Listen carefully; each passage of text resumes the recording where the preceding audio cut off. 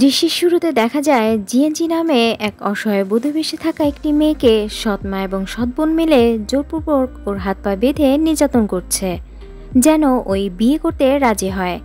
এখন কথা হচ্ছে, এত নির্যাতন সহ্য করার পর কেন জিএনজি এই বিয়ে করতে রাজি হচ্ছে না? আর তার কারণ হচ্ছে যে এই বিয়ে যাকে করা হচ্ছে তিনি একজন পঙ্গু। যেখানে এই বিয়ে জিয়ানজির সৎ বোন লিন মক্সির জন্য প্রস্তাব এলেও তারা চালাকি করে জিয়ানজিকে পঙ্গুর সাথে বিয়ে দিতে জিয়ানজির ঘাড়ে চাপিয়ে দেয়। কেননা এই পঙ্গু লোকটির অনেক টাকা পয়সা থাকায় তারা জোরপূর্বক জিয়ানজিকে এই বিয়ে করতে বাধ্য করে। কিন্তু জিয়ানজি শত মার খেয়েও এরপরও রাজি না হলে সৎ মা ওকে এক চড় মেরে এই হুমকি দেয়, যদি ওই বিয়ে না করে তবে ওর অসুস্থ মায়ের হসপিটালের সমস্ত খরচ তারা বন্ধ করে দেবে, যেন ওর মায়ের লাশ ওকে চেয়ে চেয়ে দেখতে হয়। আর এই কথা শুনতেই জিয়ানজি চুপ হয়ে যায় এবং অবশেষে বিয়ে করতেও রাজি হয়। আর রাজি হওয়ার সাথে সাথেই সৎ মা সেই পঙ্গু বরের অ্যাসিস্ট্যান্টের হাতে ওকে তুলে দেয় এবং জিয়ানজিকে অ্যাসিস্ট্যান্ট তার বসের রুমে পাঠিয়ে দেয়। আর সেই সুদর্শন পঙ্গু বরের নাম হচ্ছে মিস্টার জিয়াং। কিন্তু কথা হচ্ছে, যেখানে আজ তাদের বাসর ফুলসজ্জা হওয়ার কথা সেখানে তা না হয়ে বরং তার উল্টোটি ঘটে জিয়ানজির সাথে। কারণ বর জিয়াং সে জিয়ানজিকে টান দিয়ে ওর মুখ উঁচু করে সে এমনভাবে বিকৃতভাবে দেখতে থাকে, জিয়াংজি বুঝতেই পারে না যে সে কেন ওর সাথে এমন আচরণ করছে। যেখানে মিস্টার জিয়াং তার পূর্বের অতীতে ঘটে যাওয়া ঘটনার সাথে সেই ক্রিমিনাল মেয়েটিকে জিয়ানজির চেহারার সাথে মেলানোর চেষ্টা করছে, কিন্তু সে তার সেই পরিচিত মুখটির কোনো মিল খুঁজে পাচ্ছে না। আর সেদিনকার সেই মেয়েটিই ছিল জিয়ানজির সৎ বোন লিন মুক্সি। আর ওই দিন ও অনেক ড্রাঙ্কার অবস্থায় গাড়ি চালানোয় ওর গাড়ির সাথে প্রচণ্ড রকমের ধাক্কা খায় তখন মিস্টার জিয়াংয়ের গাড়ির সাথে, যার ফলে মিস্টার জিয়াং এতে প্রচণ্ড আহত হলে লিন মুক্সি তখন গাড়ি থেকে নেমে ও দেখতে এলে জিয়াং এক পলকর দিকে তাকিয়েই সে সেখানেই পুরোদমে অজ্ঞান হয়ে যায়, যেটা লিন মুক্সির কাছে সেটা কোনো ব্যাপারই নয়। আর তাই ও কোনো কেয়ার না করে ওর গাড়ি নিয়ে আবার সেখান থেকে চলে যায়। এবং তারপর থেকে মিস্টার জিয়াং পুরোপুরি পঙ্গু হয়ে যায় এবং পঙ্গু হয়ে যাওয়ায় তখন থেকে তার ওই মেয়ের প্রতি প্রচণ্ড জেদ চাপে, যার ধরুন জিয়ানজিকে সে লিন মুক্সি ভেবেই ওদের বাড়িতে সেই বিয়ের প্রস্তাব পাঠায় শুধুমাত্র তার প্রতিশোধ নিতে। কিন্তু জিয়াংয়ের সেদিনের সেই চেহারা মনে না থাকায় জিয়ানজিকে সে লিন মুক্সি ভেবে ওকে এই আদেশ করে, আজকের পর থেকে ও তার স্ত্রী নয় বরং একজন সার্ভেন্ট হয়ে শুধু তার সেবা করবে এবং তার আদেশ মেনে চলবে, কারণ সে শুধু ওকে বিয়ে করেছে শুধুমাত্র ওর উপর টর্চার করতে।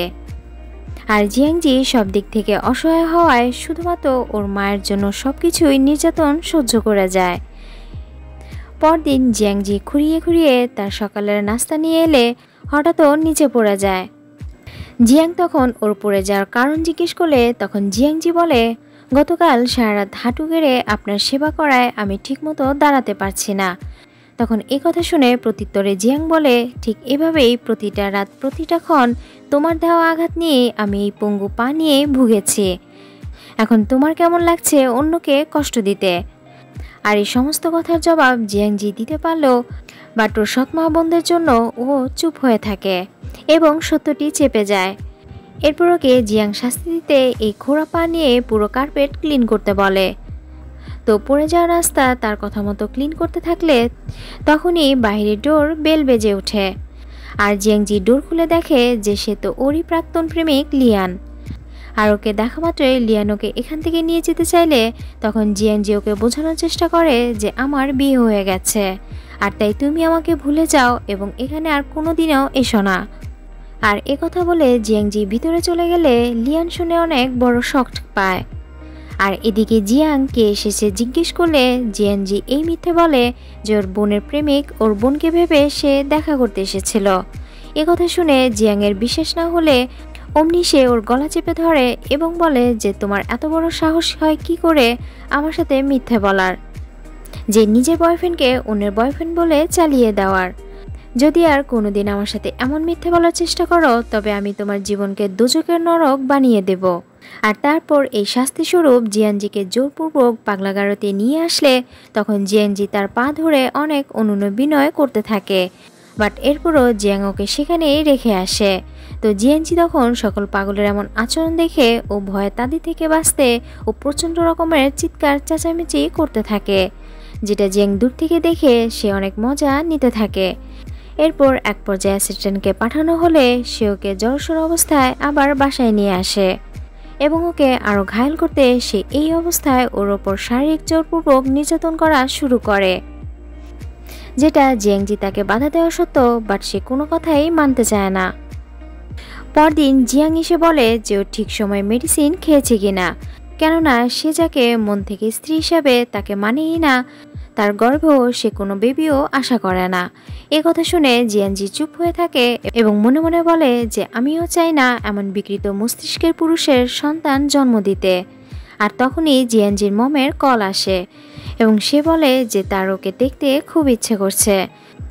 তো পরদিন জিয়ানজি ওর মায়ের সাথে দেখা করে ফেরার সময় আবারও ওর প্রাক্তন বয়ফ্রেন্ড এসে উপস্থিত হয় এবং কেন ও বারবার তাকে ফিরিয়ে দিচ্ছে এ কথা জিজ্ঞেস করলে জিয়ানজি আবারও তাকে ফিরিয়ে দেওয়ার চেষ্টা করে।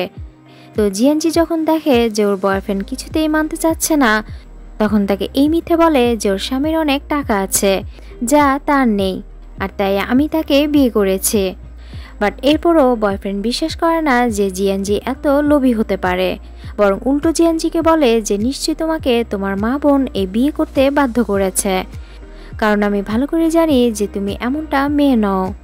আর তাই জিয়াংকে ডিভোর্স দিয়ে ওকে তার কাছে চলে আসতে বললে তখনই জিয়াং সেখানে চলে আসে এবং এই দৃশ্য দেখে জিয়াং অবাক হয়ে যায়।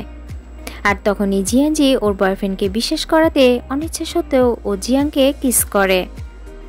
এই দৃশ্য দেখে বয়ফ্রেন্ড লিয়ান তখন রাগে ক্ষোভে ওখান থেকে সে চলে যায়।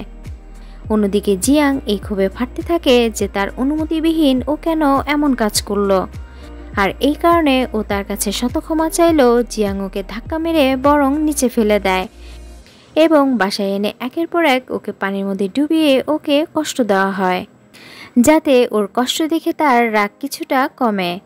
এরপর ওকে তার পায়ের কাছে এনে ফেললে জিয়াং ওর মুখ তুলে বলে, এটা তো সবে শুরু, তোমার দেওয়া আঘাত যেমন আমি দিনের পর দিন পঙ্গু শরীর নিয়ে বয়ে বেড়াচ্ছি, ঠিক তেমনি এই আঘাতে আমিও তোমার জীবন নরকে পরিণত করব।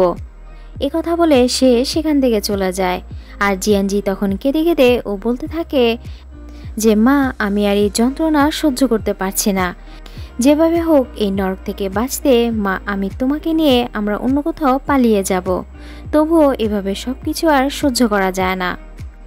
পরদিন জিয়ানজির বাবা হঠাৎ সে হসপিটালে তেড়ে আসে ওর মায়ের সাথে এটা বলতে যে করেই হোক তাকে 50 মিলিয়ন টাকা যেখান থেকে পারুক জোগাড় করে দিতে, নয়তো হসপিটালের সকল বিল দেওয়া সে খরচ বন্ধ করে দিবে। একথা শুনে তখন জিয়ানজি বলে যে মা এত টাকা কোথায় পাবে। প্রত্যুত্তরে জিয়ানজির বাবা বলে যে সেটা আমার দেখার দায়িত্ব না, চাইলে তুমি তোমার বড়লোক হাজবেন্ডের কাছ থেকে চেয়ে নিয়ে আসতে পারো। একথা শুনে তখন জিয়ানজি বলে যে আমার মায়ের সাথে চিট করে তুমি অন্য মহিলাকে বিয়ে করেছ, এমনকি শুধুমাত্র টাকার জন্য তুমি আমাকে জোরপূর্বক এই বিয়ে করতেও বাধ্য করেছ। এখন আমাদের মা মেয়েকে আর কতটা শেষ করলে তুমি ক্ষান্ত হবে। বাবা তখন চিৎকার করে সে ওর মায়ের সমস্ত খরচ বন্ধ করে দেওয়ার হুমকি দিলে, আর এই নিয়ে তখন বাবা মেয়ের মধ্যে এক দ্বন্দ্বের সৃষ্টি হয় এবং এক পর্যায়ে সে ওকে 3 দিনের সময় দিলে জিয়ানজি অবশেষে ওর মায়ের কথা চিন্তা করে এই কথা মেনে নিতে বাধ্য হয় এবং বাসায় এসে তখন ও ভাবতে থাকে যে কিভাবে ওর স্বামীর কাছ থেকে এতগুলো টাকা চাইতে যাবে। আর এই কথা ভাবতে ভাবতে ও তার রুমে গেলে তখনই শুনে যে জিয়াং ফোনে সে কাউকে তার বোনের জন্য একটি কিডনি সংগ্রহ করতে বলছে, বিনিময়ে যত টাকাই লাগুক সে সেটা পুষিয়ে দিবে। আর একথা জিয়ানজি দূরে দাঁড়িয়ে শুনলে জিয়াং ওকে দেখা মাত্রই তার প্রয়োজনটা কাজে লাগানোর এক উপায় খুঁজে পায় এবং পরদিনই জিয়াংজিকে হসপিটালে নিয়ে আসে এবং ওর গ্রুপের সাথে ম্যাচ করার ট্রাই করে। আর কিছুক্ষণ পরেই তখন ডক্টর এসে জানায় যে ম্যাচ সফল হয়েছে, আমরা যে কোনো সময় এখন সার্জারি করতে প্রস্তুত। আর একথা শুনে জিয়াং খুশি হয় এবং ওকে পেপারসে সাইন করতে বলে, বাট কিডনি দিতে জিয়াংজি রাজি না হলে ওকে ক্রেডিট কার্ড দেখিয়ে 50 মিলিয়ন টাকা দেওয়ার এক অফার করে। আর তখনই জিয়াংজির ওর অসুস্থ মায়ের কথা মনে পড়ে এবং ওর বাবার দেওয়া হুমকির কথাও ওর মনে পড়ে যায়, যার দরুন ও বাধ্য হয়ে শেষ পর্যন্ত পেপারসে সাইন করতে রাজি হয়। এরপর ও কিডনি ডোনেট করতে ওকে সার্জারি রুমে নিয়ে যাওয়া হলে আর তখনই নার্স এসে এই খবর জানায় যে সে প্রেগন্যান্ট, যার ফলে সাথে সাথেই তারা সেই অপারেশন ক্যান্সেল করে দেয়। আর একথা শুনতে জিয়াংজি তখন ও জিয়াংয়ের ভয়ে জড়সড় হয়ে বসে থাকে এবং ভাবতে থাকে যে এই বিষয়ে ওর স্বামীকে ও কি বলবে। আর তখনই জিয়াং আসে এবং ক্ষিপ্ত স্বরে বলতে থাকে, তুমি আমার সাথে কি করে এত বড় ধোঁকাবাজি করলে?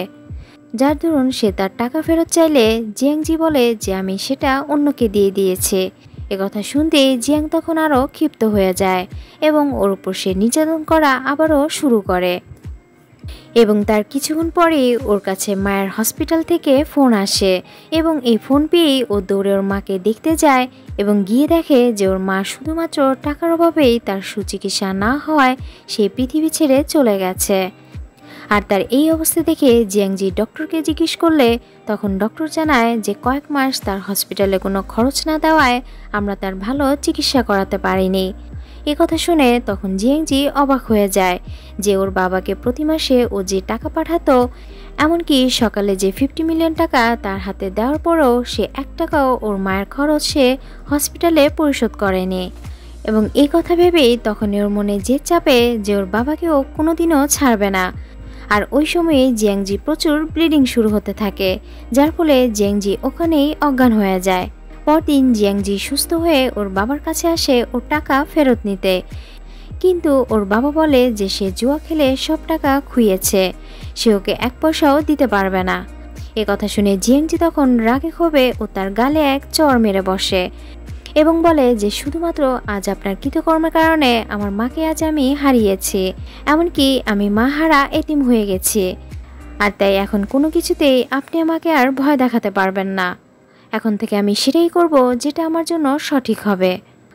কথা বলে ও তার টাকার বাক্স নিয়ে রওনা হলে তখনই জিয়াং চলে আসে। আর তাকে দেখা মাত্রই জিয়ানজির বাবার তখন ভালো মানুষই দেখানো শুরু হয়, কিন্তু জিয়ানজি এবার কোনো ভয় না রেখে ও সরাসরি বলে দেয় যে সে যাকে এতদিন লিন মুক্সি ভেবেছিল আসলে ও তা নয়, বরং ও তারই বোন জিয়ানজি। আর তাই এই সম্পর্কের শেষ পরিণতি হিসেবে ও তার কাছে ডিভোর্স চায়। যেখানে এই বিয়ে নিয়ে বাবার এত বড় ছলচাতুরি তখন তার সামনে প্রকাশ করলে বাবা সে মেয়ের জামাইয়ের সামনে এমন ভালো মানুষই দেখায় যে ও যা কিছু বলছে কোনোটাই সত্য নয়, আসলে ও পাগল হয়ে গেছে। এরপর জিয়াংজি সেই 50 মিলিয়ন টাকা তার অ্যাসিস্ট্যান্টের হাতে দিলে বাট জিয়াং এই বিষয়ে কোনো কিছুই বলে না, বরং সে চুপচাপ সেখান থেকে চলে যায়। পরদিন এই বিয়ের বিষয় তুলেই জিয়াংজি তার কাছে আবারও ডিভোর্স চাইলে এতে জিয়াং আবারও রেগে যায়।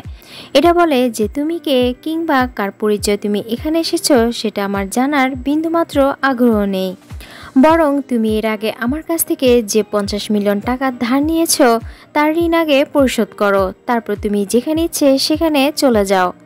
কথা শুনে তখন জিয়াংজির মুখ সাথে সাথে নীরব হয়ে যায় এবং কিছুক্ষণ ভেবে বলে যে আমার তো বেবি নষ্ট হয়ে গেছে, আর তাই এর বিনিময়ে আপনি চাইলে আমার কিডনি আপনার বোনকে দিতে পারেন যাতে আমার ঋণ পরিশোধ হয়।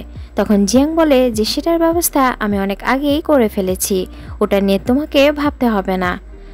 তখন এই কথা শুনে জিয়াংজি বলে এই মুহূর্তে আমার কাছে এত টাকা নেই। জিয়াং শুনে বলে যে আমার কোনো এতেও তাড়া নেই, তুমি চাইলে ধীরে ধীরেই তা পরিশোধ করতে পারো।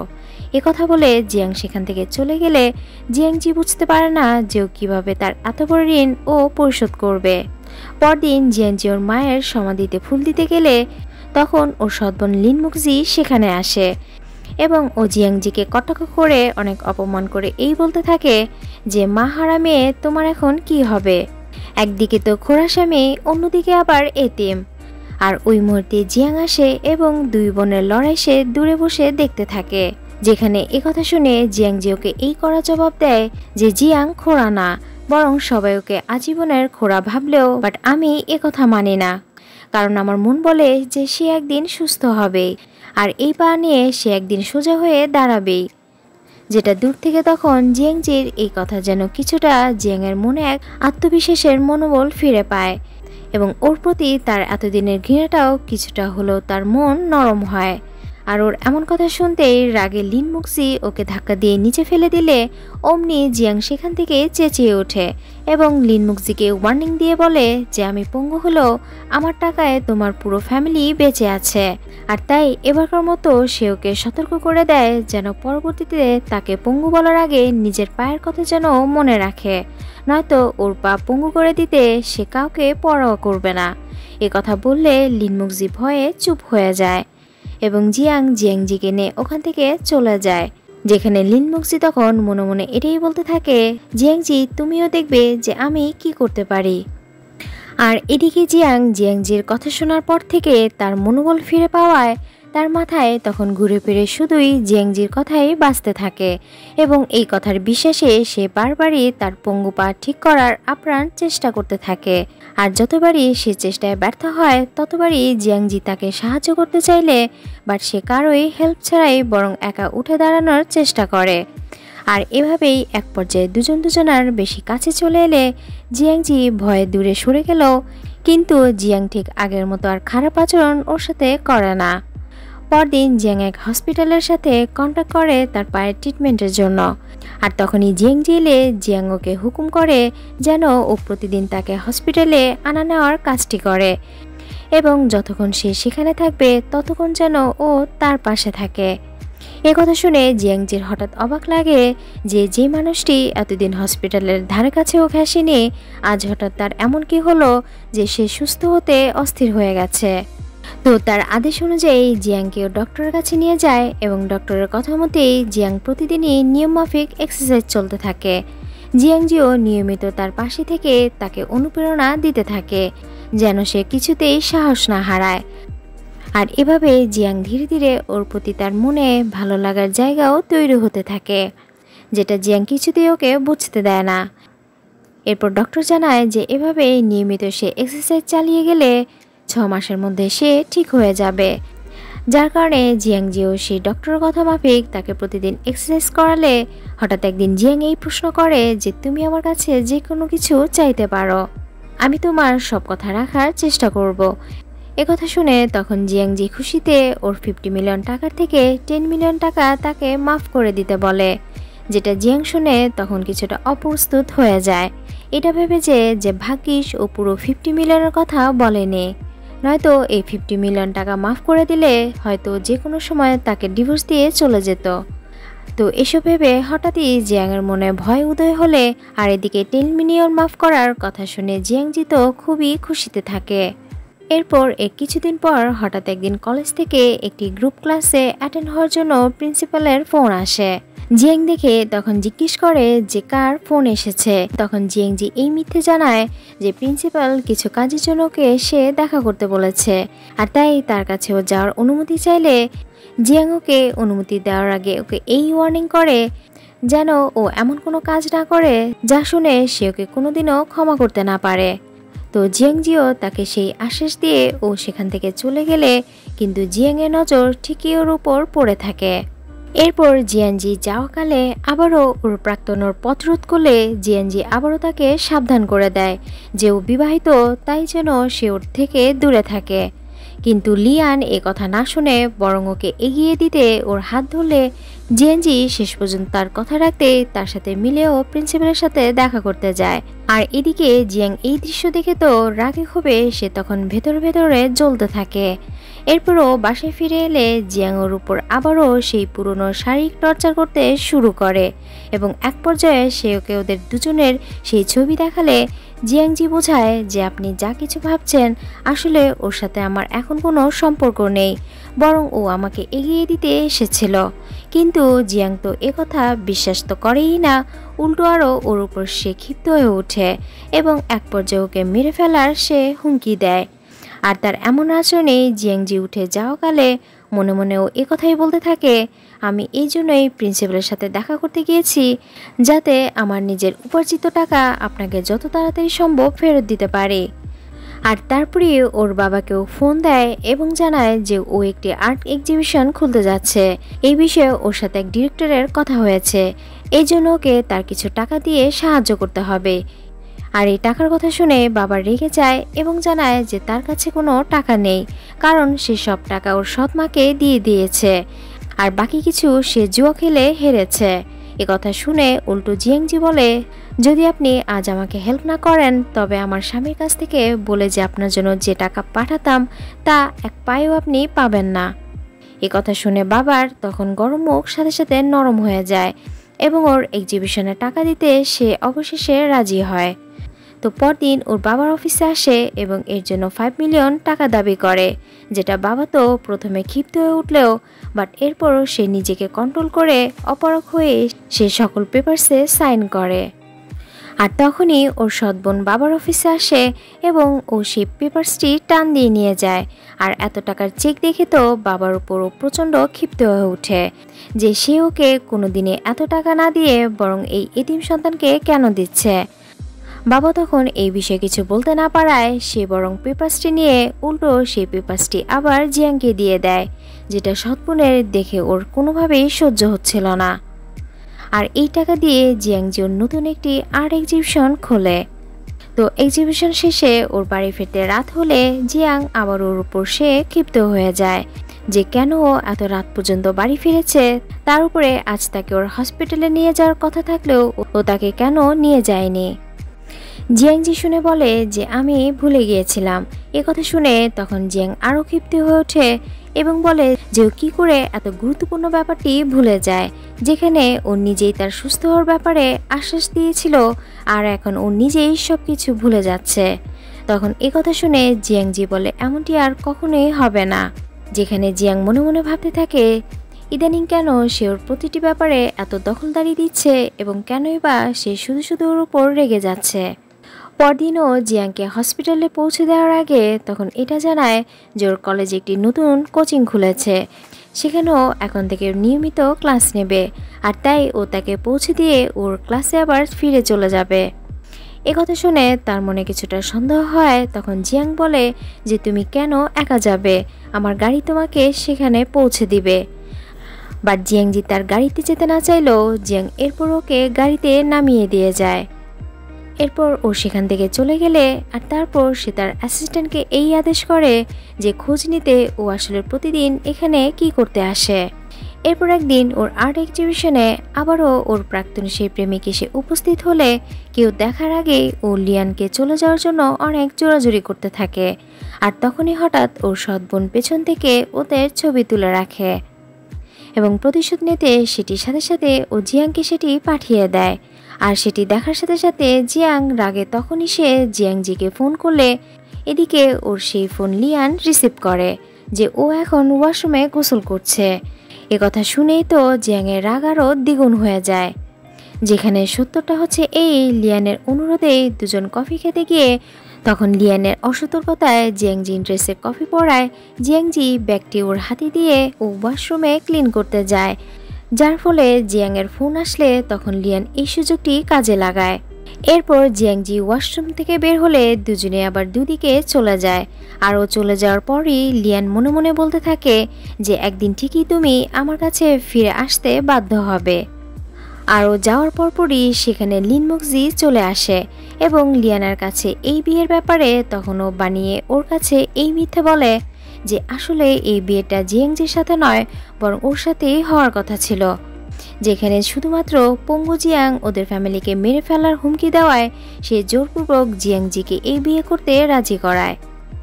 আর তাই ও বোন হয়ে তার ব্যাপারে কোনো অ্যাকশন নিতে না পারায় তখন ও লিয়ানকে জিয়াংয়ের উপর এর প্রতিশোধ নিতে বলে এবং ওর প্রেমিকাকে ওর কাছে নিয়ে আসতে বলে। একথা বলে ও দুজনের মধ্যে এক দ্বন্দ্ব লাগানোর সৃষ্টি করে। আর ওর সমস্ত কথা ও বিশেষ করে লিয়ানও তখন এ ব্যাপারে আরও শক্ত হয়ে যায় আর বলে যে যে করেই হোক ও জিয়াংয়ের কাছ থেকে ওর প্রেমিকাকে ফিরিয়ে আনবেই। আর মাঝখান থেকে লিনমুক্সি দুজনের মধ্যে যুদ্ধ বাঁধিয়ে ও খুব মজা নিতে থাকে। আর এদিকে জিয়াং সেই ছবি পাওয়ার পর থেকে সে আবারও জিয়াংজির উপর টর্চার শুরু করতে থাকে। তখনই জিয়াংজি তার পাওনা ঋণের 10 মিলিয়ন টাকা তাকে ফিরিয়ে দেয় আর বলে যে এটা আমার পরিশ্রমের উপার্জনের টাকা। বাট জিয়াং রাগে সেটা মাটিতে ছুঁড়ে ফেলে বলে যে অন্যের সাথে দিনরাত কাটিয়ে সেই টাকা তুমি আমাকে এনে দিচ্ছ, তুমি আমাকে এতই বোকা ভেবেছ যে আমি কোনো কিছুই টের পাইনি। কিন্তু জিয়াংজি তার একথার কিছু বুঝতে না পারলে তখনই জিয়াং সেই ছবি দেখায় আর বলে যে এই ব্যাপারে আর কত মিথ্যে আমাকে বলবে। কিন্তু জিয়াংজি তার হাতে পায়ে ধরেও তাকেও বিশ্বাস করাতে পারে না যে ওর বয়ফ্রেন্ডের সাথে এখন কোনো ওর সম্পর্ক নেই। আর সেই বিশ্বাস না করাতে তখনও তাকে সিসি ফুটেজ চেক করতে বলে যাতে সব সত্য বেরিয়ে আসে। আর পরদিনই তার অ্যাসিস্ট্যান্ট এই খবর নিয়ে আসে যে আসলে জিয়াংজি তাকে যা বলেছে সবটাই সত্যি, সে তার থেকে দূরে থাকার চেষ্টা করেছিল। আর এই কথা শুনে জিয়াংও তার ভুল বুঝতে পেরে সে সাথে সাথে জিয়াংজিকে ফোন দেয় এবং নরম কণ্ঠে বলে যে ও যেন তাকে কাজ শেষে হসপিটালে আবার নিয়ে যায়। তো এভাবেই আরও 1 মাস ওভার হয়ে গেলে জিয়াংজি ওর আরও 10 মিলিয়ন টাকা ও জিয়াংকে ফেরত দিতে আসে আর বলে যে বাকি টাকাটা আমি আপনাকে ফেরত দিয়ে খুব শীঘ্রই আপনার কাছ থেকে আমি বিদায় নিয়ে যাব। আর এ কথা শুনেই কেন যেন হঠাৎ জিয়াংয়ের হাত পা কেঁপে ওঠে, বাট সে নিজেকে কোনো রকম কন্ট্রোল করে রাতে বসে এই ভাবতে থাকে যে ও যদি এভাবে তার সব টাকা পরিশোধ করে দেয় তবে সে ওকে ছাড়া কিভাবে থাকবে। যার ফলে সে তখনই এর সত্য জানতে তার অ্যাসিস্ট্যান্টকে ফোন দেয় এবং সেদিনের সেই অ্যাক্সিডেন্টের সিসি ফুটেজ চেক করতে বলে, এমনকি জিয়াংজি কোথায় যায় তার ঠিকানাও খুঁজে দিতে। তো পরদিন সে অফিসে বসে এই নিয়ে খুব টেনশন করতে থাকলে অ্যাসিস্ট্যান্ট এসে তাকে সেই স্থানে নিয়ে আসে যেখানে জিয়াংজির এক্সিবিশন চলে। আর এই সত্য পেয়ে তখন সে জিয়াংজির সাথে দেখা করতে ওকে ফোন দিয়ে নিচে নামতে বলে। অমনি ও নিচে নেমে এলে তখন সে তার পায়ের ব্যথা হয়েছে বলে জিয়াংজির কাছে একটু সহানুভূতি পাওয়ার চেষ্টা করে যাতে ও তাকে ধরে হসপিটালে নিয়ে যায়। কিন্তু অনেক রাত হয়ে যাওয়ায় জিয়াংজি বলে যে তাকে আগামীকাল নিয়ে যাবে। তো পরদিনও তাকে হসপিটালে নিয়ে এলে আর তখন জিয়াংজি একটু ওয়াশরুমে যায় আর তখনই ওর প্রাক্তন প্রেমিক সেখানে আসে এবং জিয়াংকে সে এই বলে শাসাতে থাকে যাতে সে তার প্রেমিকাকে এই নরক থেকে মুক্তি দেয়, কারণ তার বিশ্বাস সে জোরপূর্বক তার প্রেমিকাকে বেঁধে রেখেছে। আর এই নিয়ে তখন দুজনের মধ্যে দ্বন্দ্ব শুরু হলে তখনই জিয়াংজি আসে এবং এইসব কথা শুনে তখন কথা বলে যে সে এখন বর্তমানে আমার স্বামী আর তাই সে আমাকে নয় বরং আমি স্বইচ্ছায় তার সাথে আছি। কথা বলে ও তাকে নিয়ে চলে যেতে গেলে অমনি লিয়ান পথ রোধ করে এবং বলে যে এমন অযোগ্য পঙ্গু লোকের সাথে ওর মতো মেয়েকে কখনোই মানায় না। আর কথা বলার সাথে সাথে জিয়াংজি তার গালে এক চড় মেরে বসে। বাট জিয়াংয়ের মন তো কথা শুনতেই ঠিকই তার মনে কষ্টে চুরমার হয়ে যায়। আর বয়ফ্রেন্ডের এমন কথা শুনে জিয়াংজি তখন আজকের পর থেকে ওর প্রেমিকের সাথে সব সম্পর্ক ছিন্ন করে ও সেখান থেকে চলে যেতে গেলে লিয়ান ওর হাত ধরে, যেটা জিয়াংয়ের সহ্য না হয় তখন ওর হাত ছাড়িয়ে দিয়ে বলে সে শুধু আমার স্ত্রী নয় বরং তার গর্ভে আমার সন্তান আছে।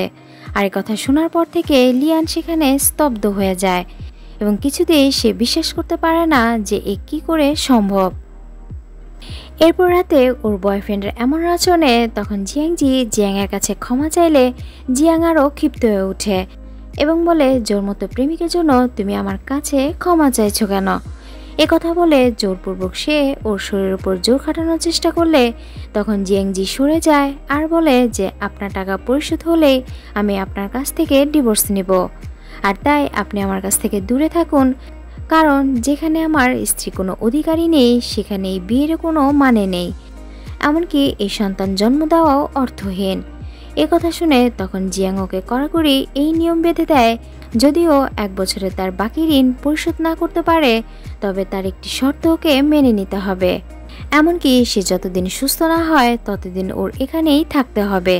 তো শর্তটি কি সেটি জিয়াং আপাতত ওকে জানায় না। তো প্রতিদিনের মতো এভাবেই জিয়াংজি জিয়াংয়ের ডিউটি পালন করতে থাকলে জিয়াংজি হঠাৎ একদিন জিয়াংয়ের পায়ের দিকে খেয়াল করতে থাকে যে ডক্টরের কথা মতো 6 মাস ওভার হওয়ার পরও এখনও কেন ওর স্বামী ঠিক হচ্ছে না। আর এই নিয়ে তখন ও তাকে বারবার জিজ্ঞেস করতে থাকলে জিয়াংও তখন সে ওর সামনে অসুস্থ হওয়ার নাটক করতে থাকে যাতে জিয়াং ভাবে তার পা এখনও ঠিক হয়নি। আর এ ব্যাপারে কথা বলতে জিয়াংজি ডক্টরকে ফোন করলে জিয়াংও তখন ভয় পেয়ে যায় যে না জানি জিয়াংজি সব সত্য জেনে যায়, যে কারণে সর্বক্ষণ ওর পেছনে তার অ্যাসিস্ট্যান্ট লাগিয়ে রাখে। আর তখনই আবার ওর প্রেমিক সেখানেও চলে আসে, কিন্তু এবার জিয়াংজি তাকে সরাসরি না বলে সেখান থেকে চলে যেতে গেলে লিয়ান ওর মুখ চেপে অজ্ঞান করে সে ওকে ওখান থেকে নিয়ে পালিয়ে যায়। আর এদিকে জিয়াং অস্থির থাকে এই ভেবে যে ওর ফোনে কেন সে কন্ট্যাক্ট করতে পারছে না। আর তখনই অ্যাসিস্ট্যান্ট তাকে সে ভিডিও ফুটেজটি দেখাতে থাকে যেখানে লিয়ান ওকে সেখান থেকে নিয়ে পালিয়ে যাচ্ছে।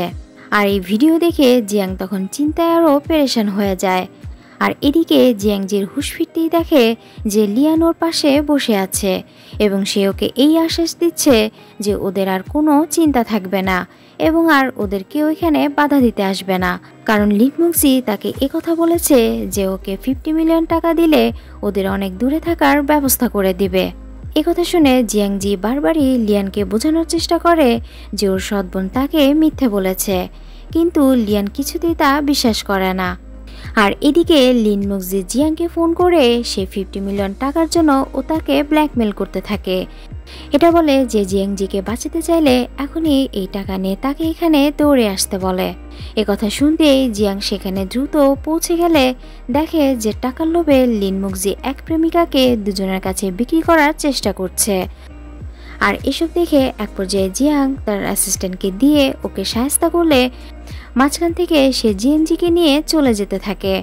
আর এটা দেখে অমনি লিয়ান জিয়াংয়ের উপর সে চড়াও হয়ে বরং সেই আঘাত গিয়ে লাগে জিয়াংজির কপালে, যার ফলে ও সেখানে বেহুশ হয়ে গেলে প্রেমিক তখন পুরো থ হয়ে যায়।